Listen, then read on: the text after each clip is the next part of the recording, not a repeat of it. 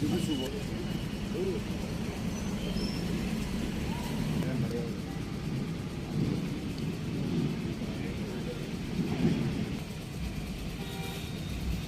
से भी मिलना है आपने?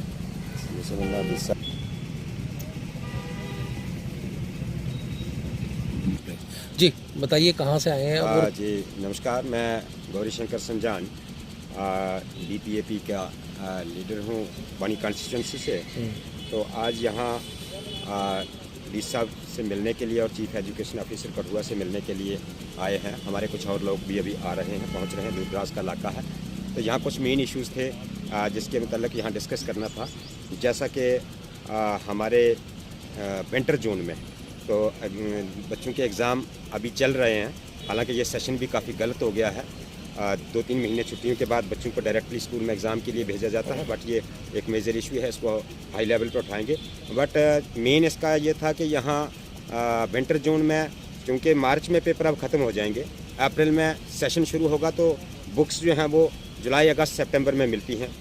तो यहाँ ये रिक्वेस्ट करने के लिए हम आए हैं कि बच्चों को चूँकि 1 अप्रैल से सेशन शुरू होगा, तो फर्स्ट अप्रैल से ही बुक्स जो हैं वो बच्चों को मिलनी चाहिए। गवर्नमेंट अगर फ्री बुक्स सप्लाई करती है तो टाइमली वो बच्चों को मिले, ताकि वो अपनी पढ़ाई को ज़ाया ना कर सकें, सही वक्त का इस्तेमाल कर सकें। इसके अलावा स्टाफ की बहुत खस्ता हालत है प्राइमरी स्कूल में। हालांकि कुछ स्कूल्स में टीचर्स अभी भेजे भी गए हैं, फिर भी कुछ स्कूल्स ऐसे हैं जो अभी काफ़ी सफ़र कर रहे हैं, और मिडिल और हाई स्कूल्स में तो काफ़ी हालत ख़राब है। उसके मतलब इसी हिसाब से बात करेंगे। इसके अलावा हमारे कुछ स्कूल्स ऐसे हैं यहाँ टीचर्स जो हैं वो रिटेन रखना ज़रूरी है। जैसा ये हमारे डल बजोई मछेडी के लोग यहाँ आए हुए हैं, तो वहाँ एक स्कूल है जो डल में प्राइमरी स्कूल है, वहाँ की एनरोलमेंट 60+ है। तो वहाँ एक ही टीचर है, एक डिप्यूट किया हुआ, एक को भेजा हुआ, एंगेज किया गया है, लेकिन उसकी सर्विसेज भी सुना है कि वहाँ से उसको उठाने वाले हैं। उसके मतलब यहाँ आए हैं, उनकी सर्विसेज वहाँ ही रिटेन रखी जाएँ और एक और टीचर कम से कम दिया जाए, ताकि 70 बच्चों को वो अच्छी तालीम दे सके।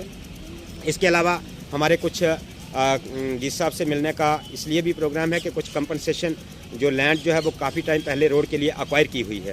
तो ये डल बंजोई नानगला से जो रोड है वहाँ उसके लिए जो कंपनसेशन है वो 10-12 साल बल्कि 15 साल तक हो चुके हैं, और वो कंपनसेशन जो है वो फ्रूट ट्रीज़ और दूसरे ट्रीज़ लोगों के वहाँ गिराए गए थे, वहाँ से हटाए गए थे, उनको कंपनसेशन अभी तक ना मिल पाया है। बार बार एप्लीकेशन जहाँ से मार्क की जाती हैं, एडिशनल डी साहब को मार्क की जाती हैं या एडिशनल डी साहब तहसीलदार साहब को मार्क करते हैं, बट आप नो रिज़ल्ट, कोई रिज़ल्ट उसका अभी तक नहीं आया।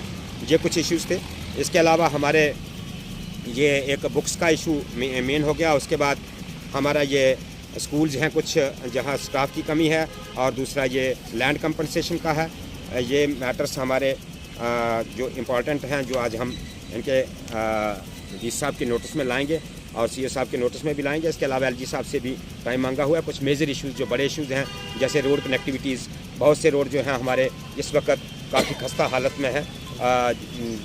बनी कॉन्स्टिट्यूंसी में बहुत बुरी हालत है, जैसे बिलावर टू हमारा ये मछेडी बाया मछेडी जाता हुआ जो लोहाई मल्हार रोड जाता है, उसकी खस्ता हालत है। सरौता वाला रोड, बांजल बटवाल वाला रोड, और कटली टू ये हमारा चऊ और कटली टू मल्हार जो रोड है उसकी हालत काफ़ी खस्ता है। उसके लिए भी डी साहब से डिस्कस करेंगे। इसके अलावा जो हमारे बनी तहसील में भी रोड्स की कंडीशन जो है वो बहुत रिस्की है, जिसके बारे में अभी डिस्कस करेंगे। ये मेन इश्यूज़ है जिसके लिए आज हम यहाँ आए हुए हैं। बाकी साथी भी हमारे अभी आ रहे हैं, कुछ डेपुटेशन और भी हैं, डी साहब से मिलेंगे। ठीक जी बताइए क्या क्या इश्यूज़ हैं आपके, आज आप मिलने आए हैं? आज हम तहसील बनी और लोही मल्हार के हमारे साथी हमने हमारे जो मसले थे, ग्रीवियंसेस थे, वो इश्यूज़ थे, वो एड्रेस नहीं किए जाते थे। हमें डिप्राइव्ड रखा जाता था, इग्नोर रखा जाता था।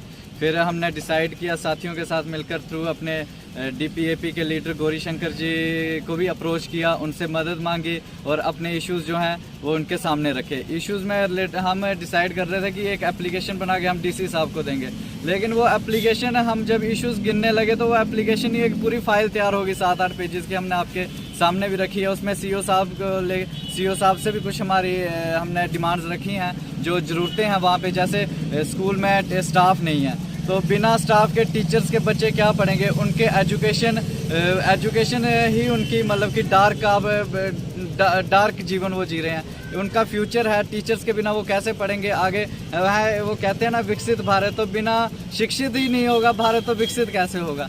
तो वो एक मेजर इशू था कि जो टीचर्स हैं उनकी कमी पूरी होनी चाहिए। ये तो इनके नोटिस में लाना ही चाहिए, क्योंकि ये तो सुपीरियर ऑफिसर है, इन्हें खुद पता होना चाहिए कि हमें वहाँ पे टीचर्स प्रोवाइड करने हैं। चीफ एजुकेशन ऑफिसर हैं, इन्हें पता होना चाहिए कि वहाँ टीचर्स की कितनी ज़रूरत है। हमारे बच्चे मैक्सिमम गवर्नमेंट स्कूल्स पे डिपेंड होते हैं। हमारी एजुकेशन, जो बच्चों की एजुकेशन है वो गवर्नमेंट स्कूल पे डिपेंड होती है। ऐसे ही गवर्नमेंट इतनी सारी ग्रांट देती है, लेकिन बिना टीचर्स के तो बच्चों को तो कोई बेनिफिट नहीं है। बच्चे पैसा तो खाएंगे नहीं, उन्हें तो वही शिक्षा ही ग्रहण करनी है। तो ये एक इशू था। उसके बाद हमारे रोड बने थे वहाँ पे, जिसमें गरीब लोग हैं हमारे वहाँ के, उनकी जगहें चलेगी। कुछ फ्रूट्स ट्रीज थे या और भी पेड़ पौधे या जगहें जो गई हैं, उनके लिए जो कंपनसेशन था वो पेंडिंग था। मतलब 15-20 साल हो गए, वो अभी तक उनको कोई उसमें थोड़ी सी कंपनसेशन दी गई, पार्शियली उनको थोड़ा दिया गया। उसके बाद उनकी पेंडिंग ही रखी गई है। बाकी वालों की रिलीज़ होगी, लेकिन वो देखा गया कि गाँव के लोग हैं उनको इग्नोर रखा गया। तो ये मसले मतलब कि आज से, जब मेरी उम्र ही 22 साल है, लेकिन जब मैं पैदा हुआ था मैं तब के मसले उठा रहा हूँ, ये इन्ना आज तक एड्रेस नहीं किए हैं। तो वो रोड क्या मसला था,